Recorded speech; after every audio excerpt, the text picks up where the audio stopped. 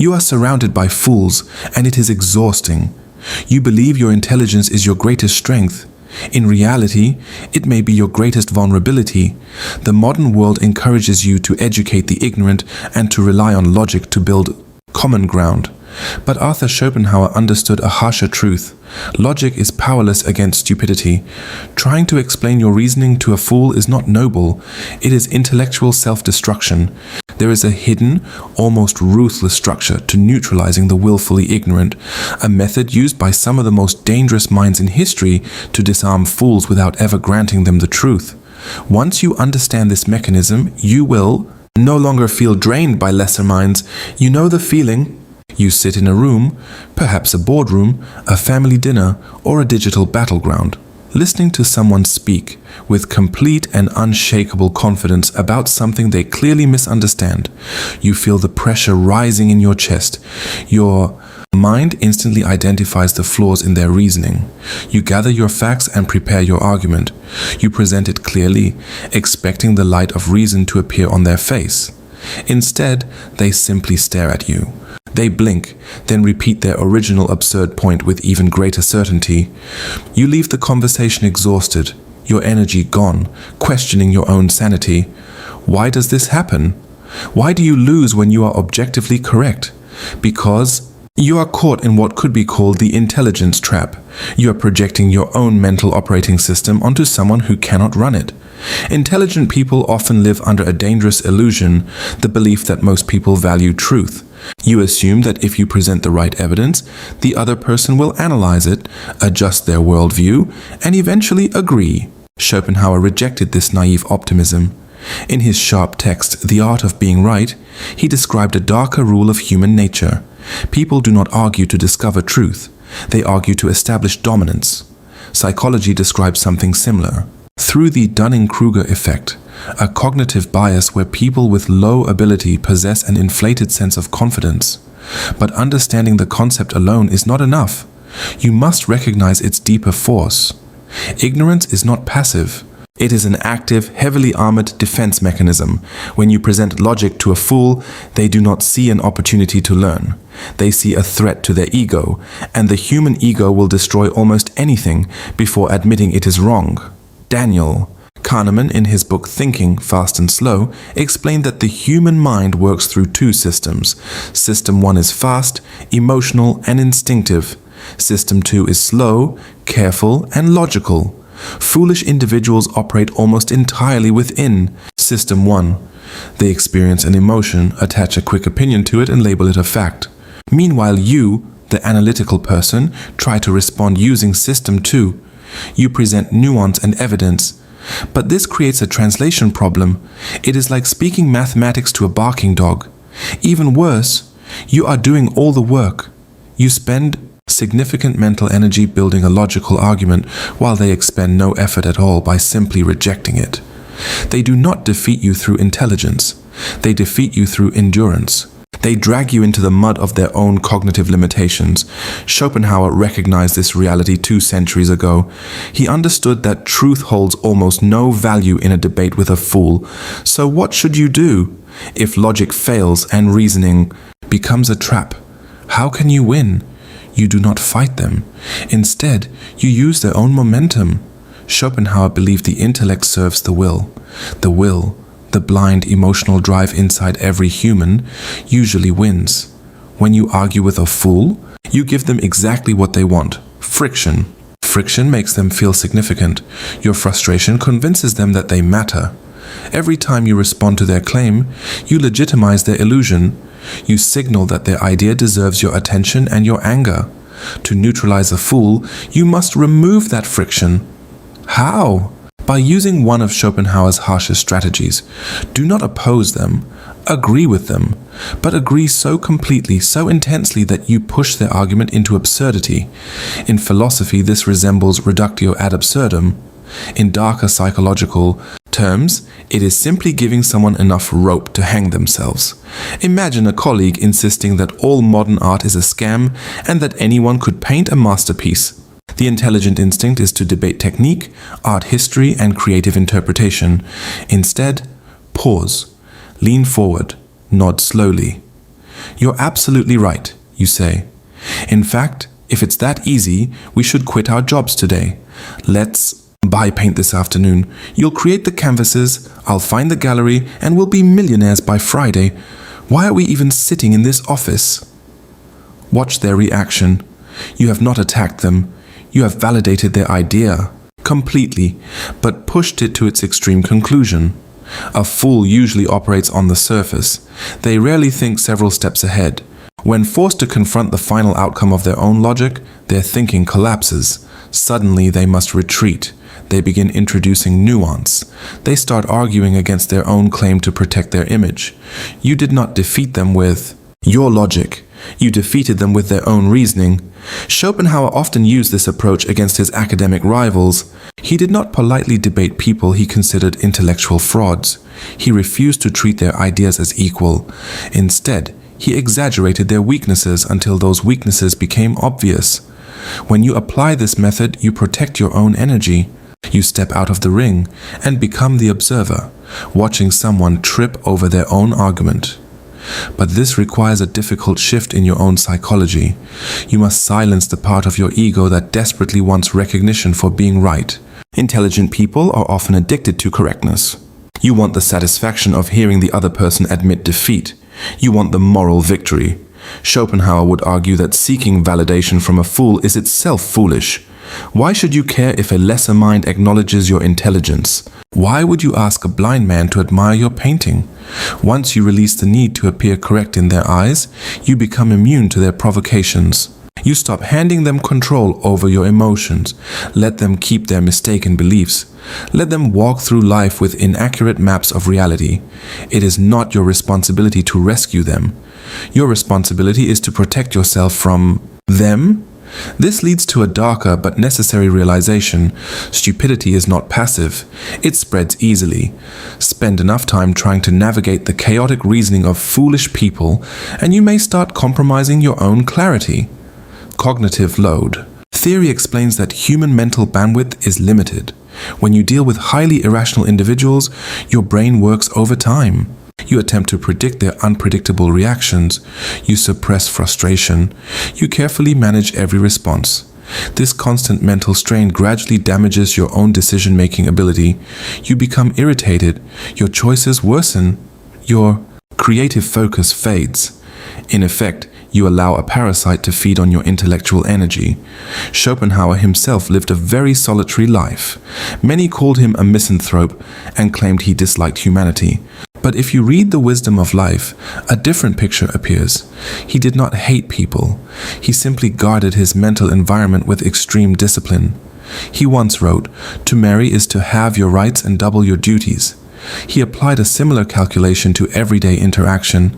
Engaging with a fool means keeping your intelligence while doubling your exhaustion. He also described the famous porcupine dilemma. On a cold winter night, porcupines gather close to share warmth. Yet their quills prick each other, forcing them apart. They remain trapped between freezing in isolation or bleeding through closeness.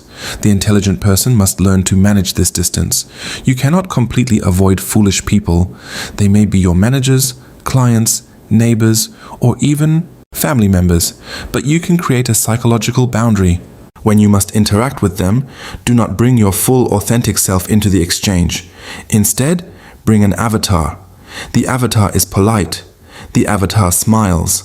The avatar speaks in brief, agreeable phrases. Interesting perspective.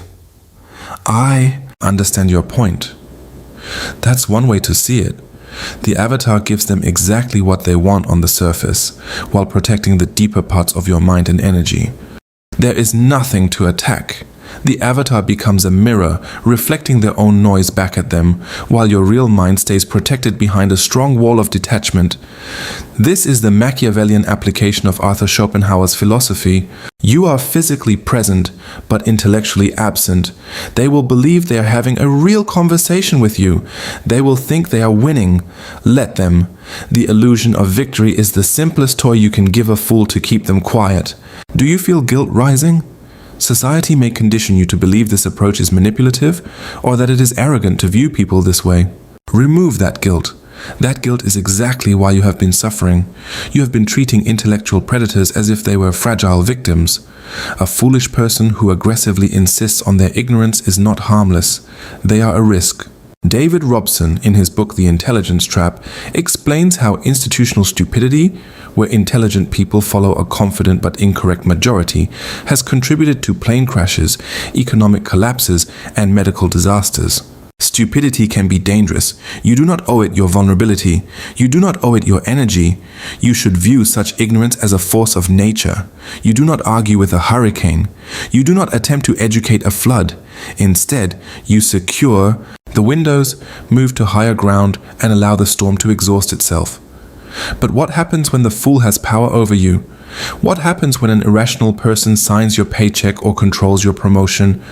How do you survive when the system itself rewards the loudest and least thoughtful voice in the room? This situation requires a different strategy. The most dangerous animal is not the predator. It is the frightened creature wearing a crown. When a person of limited intellect gains power, their psychology often rests on deep and unspoken insecurity. On a basic level, they sense they are intellectually outmatched by others around them. They do not process this feeling as motivation to learn. Instead, they experience it as a threat to their survival. If you enter their environment and openly display your intelligence, you are not proving your value. You are holding up a mirror that reflects their inadequacy, and a fool with authority will destroy the mirror rather than face the reflection. Schopenhauer was direct about this dynamic. He wrote that showing obvious intelligence or exceptional ability in the presence of mediocrity can be considered an unforgivable offense.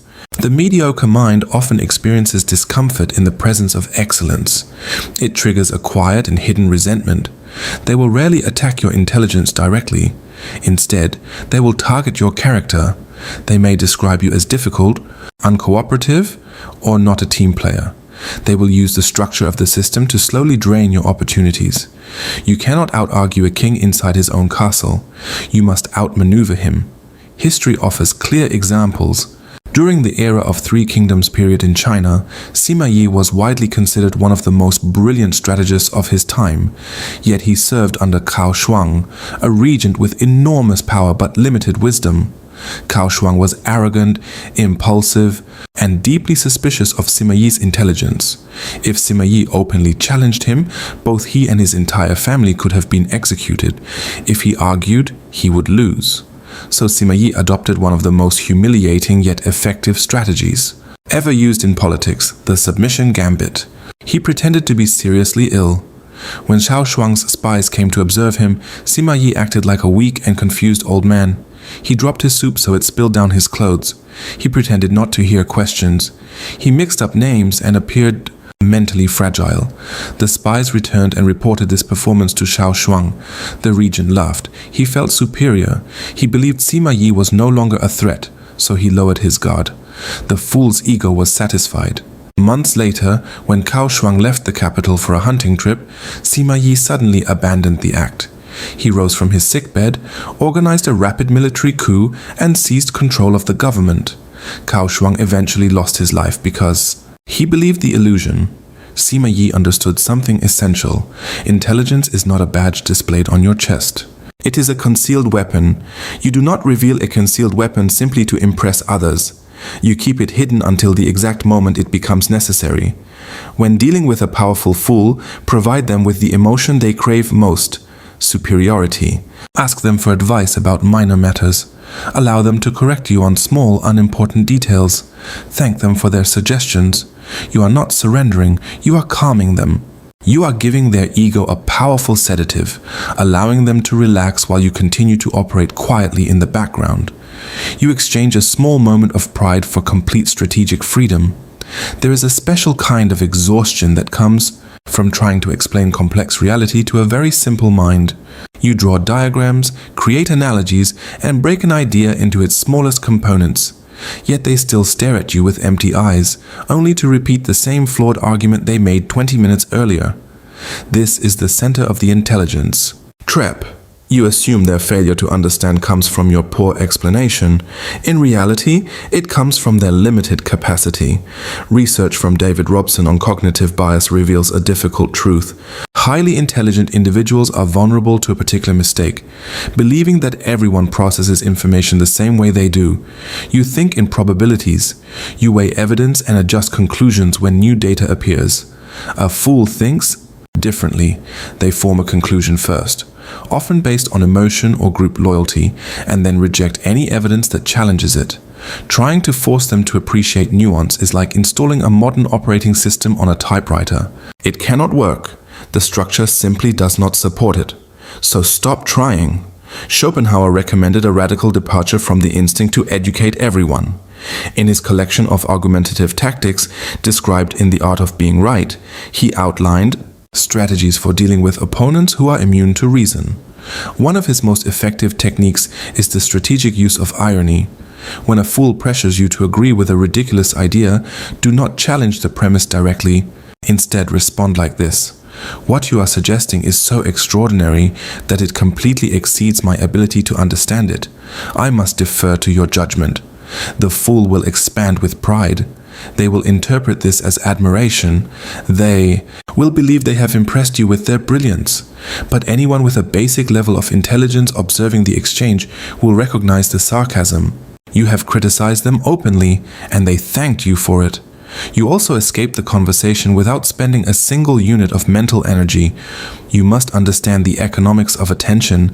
Every hour spent debating a fool is an hour taken away from building your own life. That energy could have been invested in your work, your health, or your ambitions.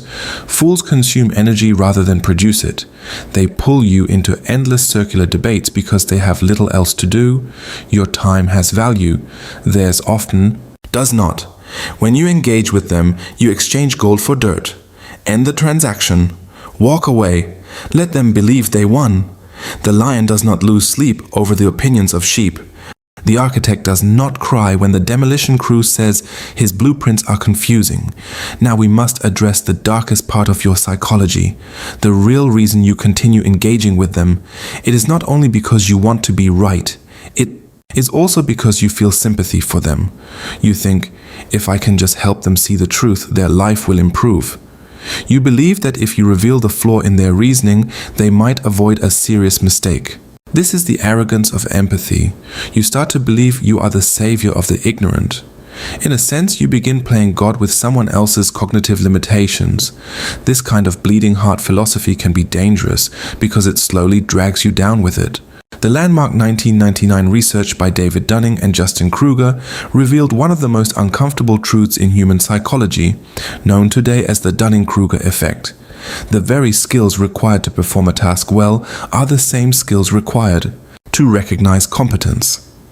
Because of this, deeply incompetent individuals often lack the awareness needed to realize their own incompetence.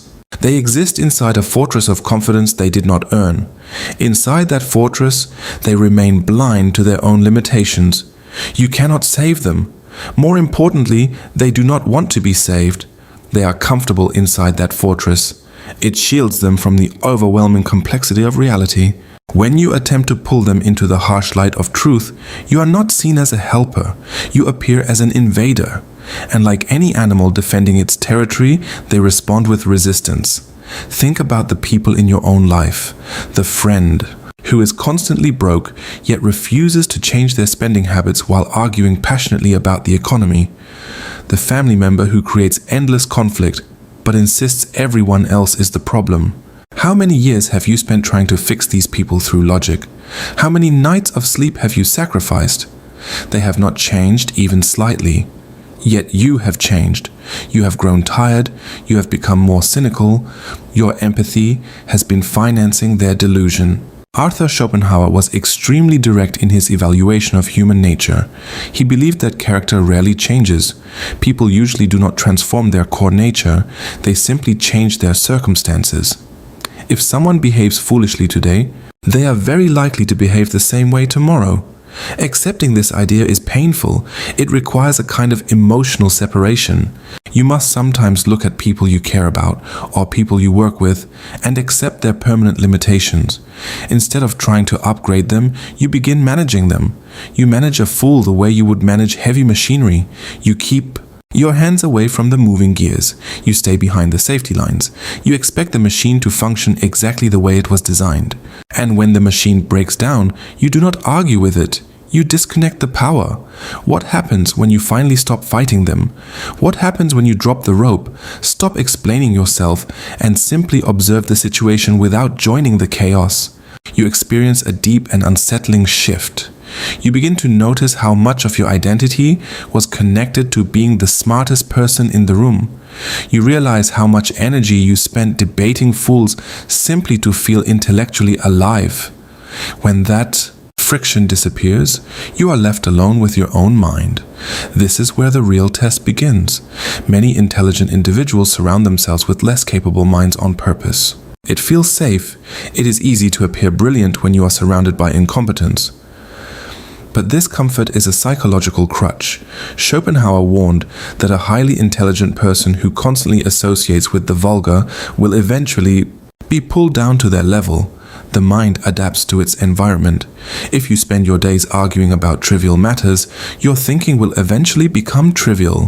What you need is withdrawal, not physical isolation in the wilderness, but mental distance, an emotional quarantine. You must become comfortable with being misunderstood. Fools will misinterpret your distance. They will call you arrogant. They will say you have changed. They may even assume your silence is weakness. Let them believe that. Their judgment is based on a flawed foundation. Why should the judgment of a flawed mind disturb the peace of a clear one? Imagine walking through a mental hospital where the patients point at you and call you insane. Would you stop and argue with them? Would you present documents proving your sanity? Of course not. You continue walking because you understand their perception is distorted. The world can function in a similar way. When a fool insults you, it is not truly an insult. It is a misdiagnosis. When they reject your idea, it is not necessarily failure. Often it simply means your idea lies outside their capacity to understand it.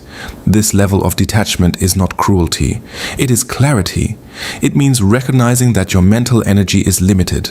Every unit of attention spent on someone committed to ignorance is energy taken away from your own potential. For centuries we have celebrated debate. We admire the image of the intellectual warrior standing on stage dismantling an opponent with sharp logic and flawless rhetoric. But if you examine most debates closely, nothing truly changes. The opponent rarely admits defeat. The audience simply cheers for the side they already supported. It becomes theater, a performance designed for applause. The most effective minds do not compete for applause. They compete for outcomes. If you want to become truly effective, truly unshakable, you must leave the theater behind. You must adopt the mindset of an architect working in a world full of toddlers. The architect does not ask toddlers for permission to build. He does not explain the engineering behind the pillars.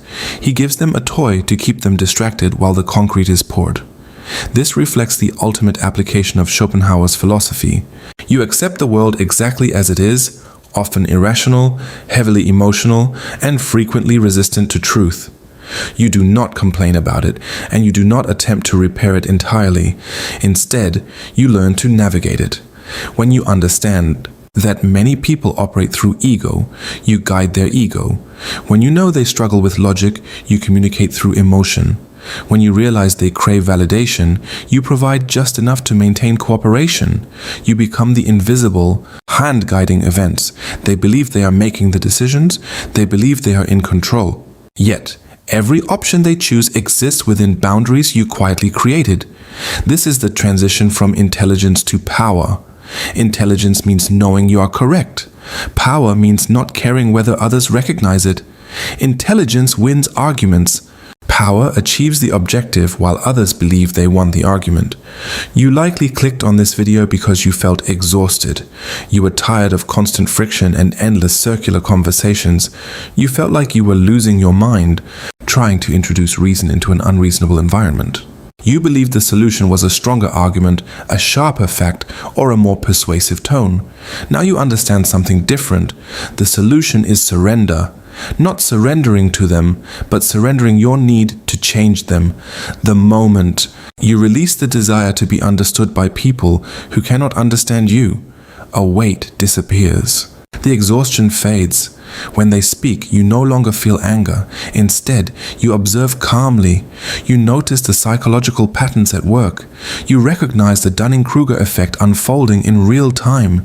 You see fragile egos defending themselves. It becomes predictable. And anything predictable can be managed. You are no longer part of their chaos. You are the observer of it. This is the uncomfortable clarity that eventually sets you free.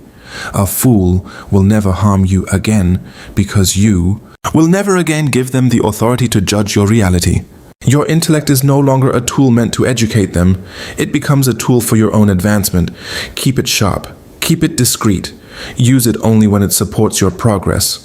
But remember this, the strategies discussed here, strategic incompetence, managing ego, and pushing flawed logic toward absurdity are only external defenses. They help you navigate the masses. A different situation emerges when you encounter someone who is not foolish but strategic, a mind that recognizes your tactics and reflects them back at you. At that level, the rules change completely. The psychological dynamics become far more complex. Those concepts are rarely discussed openly because they challenge the structure of normal social interaction. If this discussion expanded your perspective, remember that what you heard here represents only what can be shared publicly. Certain areas of psychological strategy cannot easily be explored on open platforms without restriction or censorship. If you found value here, consider subscribing. And for those who want deeper discussions about human psychology and strategic thinking, there are additional materials available beyond the public content. Most people will never explore that level, and that is exactly the point.